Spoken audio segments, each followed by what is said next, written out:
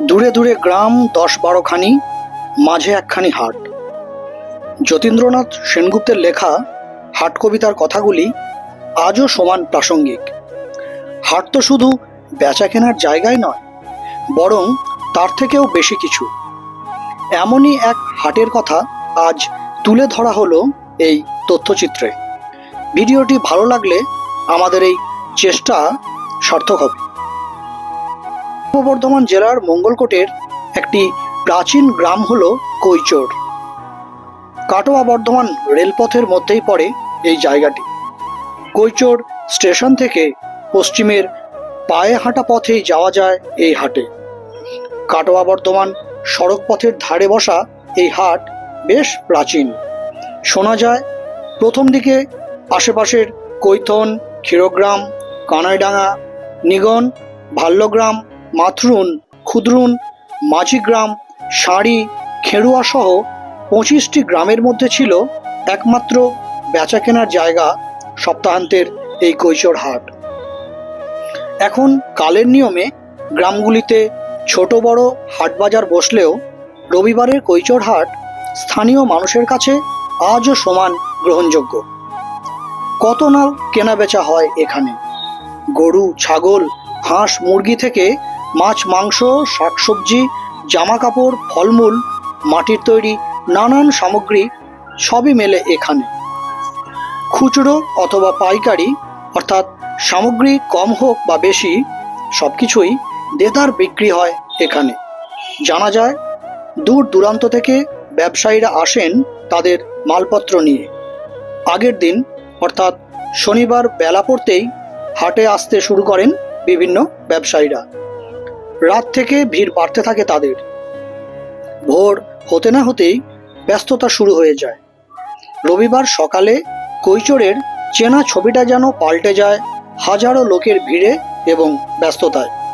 সার দিয়ে দাঁড়িয়ে থাকা যানবাহন বুঝিয়ে দেয় জনসমাগম কতখানি।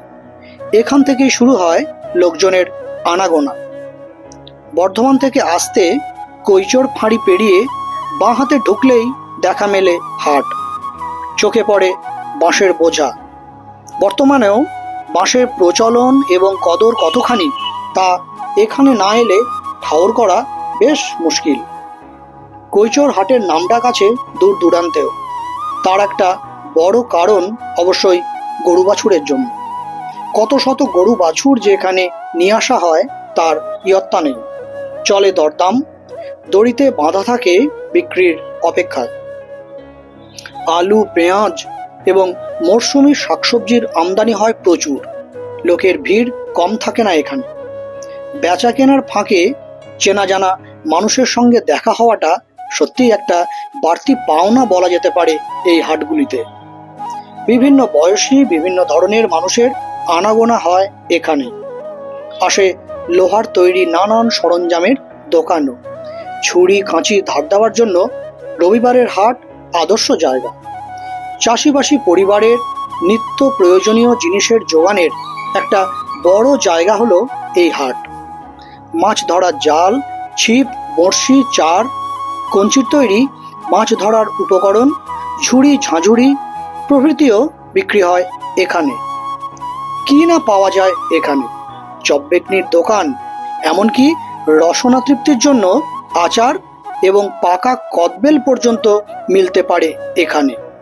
আসে জামা কাপড়ের দোকান। ছোট বড় সকলের জন্য নানান ধরনের পোশাকের সম্ভার সাজিয়ে বসেন দোকানিরা। বিভিন্ন রকমের মাছ, মাংস এবং শুকনো করা মাছের চাহিদাও আছে এখানে। রঙিন ভেড়াগুলোর কথা না বললে তো অসমাপ্ত থেকে যাবে অনেক কিছুই। সুদূর বিহার থেকে আমদানি করা হয় এদের। বাড়তি আকর্ষণ এবং অন্যান্য দেশি ভেড়ার থেকে আলাদা করার জন্য গায়ে দেওয়া হয় রং। সারিবদ্ধ দাঁড়িয়ে থাকা ভেড়াগুলো সত্যি একটা অন্যরকম আকর্ষণ বলা যেতে পারে এখানে। তবে হাটে আসা মানুষের স্বচ্ছন্দের কথা মাথায় রেখে সরকারি উদ্যোগে স্থায়ী ছাউনির ব্যবস্থা করে দেওয়াটা ভীষণ প্রয়োজন বলে মনে করেন অনেকেই। সকাল গড়িয়ে বেলা দুপুর পর্যন্ত চলে এমন বিকিকিনি।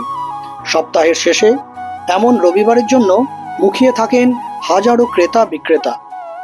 হাট শুধুমাত্র বেচা কেনার জায়গায় নয়, বরং একটা মেলামেশার জায়গাও বৈকি।